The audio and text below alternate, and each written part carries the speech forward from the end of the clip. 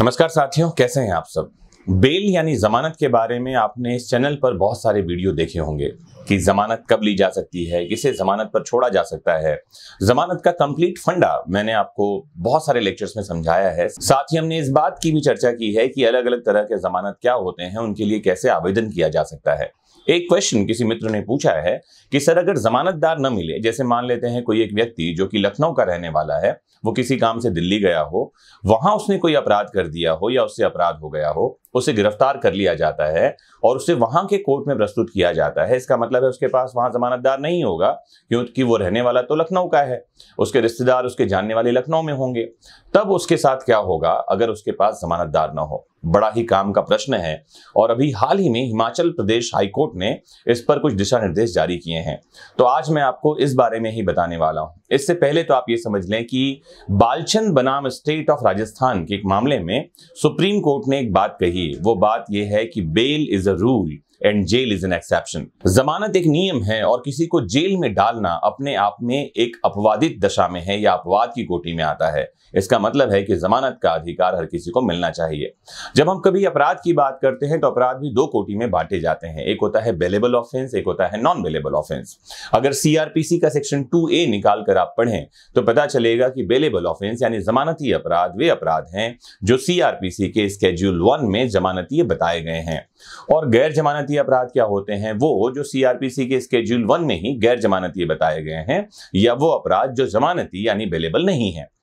अब प्रश्न ये उठता है कि जब कभी हम बेलेबल ऑफेंस की बात करते हैं तो इसका मतलब क्या हुआ एक्चुअली?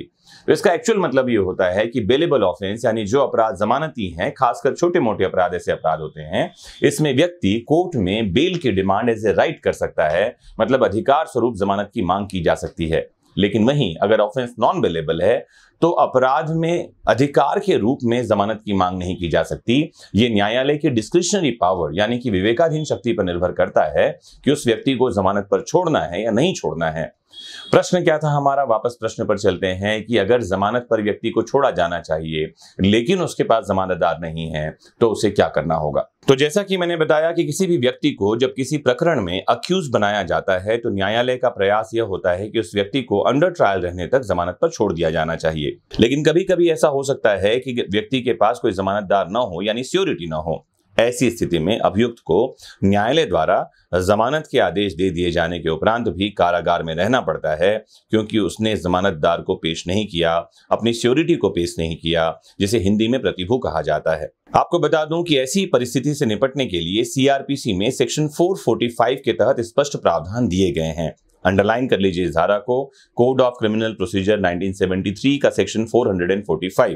हिमाचल प्रदेश हाईकोर्ट ने अभिषेक कुमार बनाम हिमाचल प्रदेश राज्य के रिसेंट प्रकरण में न्यायमूर्ति अनूप चित्कारा साहब ने कहा कि जमानत के लिए गिड़गिड़ाना तथा किसी व्यक्ति से अपने प्रकरण में जमानतदार यानी प्रतिभू बनने के लिए निवेदन करना अपनी गरिमा एवं प्रतिष्ठा को ठेस पहुंचाने जैसा है। यह गरिमा और प्रतिष्ठा किसी भी व्यक्ति को संविधान के अंतर्गत दिए गए मूल अधिकारों में निहित है। यदि ऐसी गरिमा और प्रतिष्ठा पर कानून के किसी भी नियम के कारण कोई प्रहार हो रहा है तो ऐसी परिस्थिति में व्यक्तियों के इस अधिकार को संरक्षित किए जाने की आवश्यकता है तथा न्यायालय को इस बात को बढ़ावा देना चाहिए कि उन मामलों में जिनमें अभियुक्त को, अक्यूज को कोई जमानतदार यानी श्योरिटी नहीं मिल पा रहा है तो कोई राशि निक्षेप यानी डिपॉजिट करवा लें और सेक्शन 445 के तहत उसको जमानत पर छोड़ दें। सेक्शन 445 सीआरपीसी क्या है, आप इस बात को भी जान लें तो हम आगे बढ़ते हैं। Section 445 CrPC reads as deposit instead of रिकॉग्निजेंस।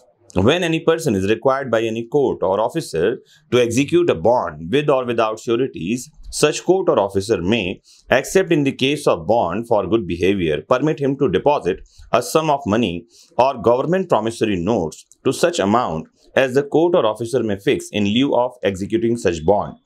धारा 445 की भाषा कहती है कि मुचलके के बजाय निक्षेप जमा करवाया जा सकता है जब किसी व्यक्ति से किसी न्यायालय या अधिकारी द्वारा प्रतिभूओं सहित या रहित बंध पत्र निष्पादित करने की अपेक्षा की जाती है, तब वह न्यायालय अधिकारी उस दशा में जब वह बंध पत्र सदाचार के लिए नहीं है, ऐसे बंध पत्र के निष्पादन के बदले इतनी धनराशि या इतनी रकम के सरकारी वचन पत्र जितनी वह न्यायालय अधिकारी नियत करे, निक्षिप्त करने की अनुज्ञा दे सकता है। तो सेक्शन 445 का हवाला दिया हाईकोर्ट ने और एक बढ़िया बात यह कही कि व्यक्ति का अधिकार है जमानत पर छूटना।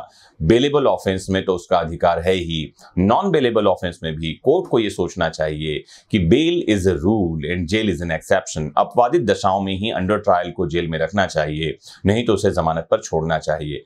तो 445 के तहत या तो गवर्नमेंट प्रॉमिसरी नोट या उससे कोई रकम डिपॉजिट करवा के उसे जमानत पर छोड़ा जा सकता है, जैसा कि guideline Himachal Pradesh high court ने दिया।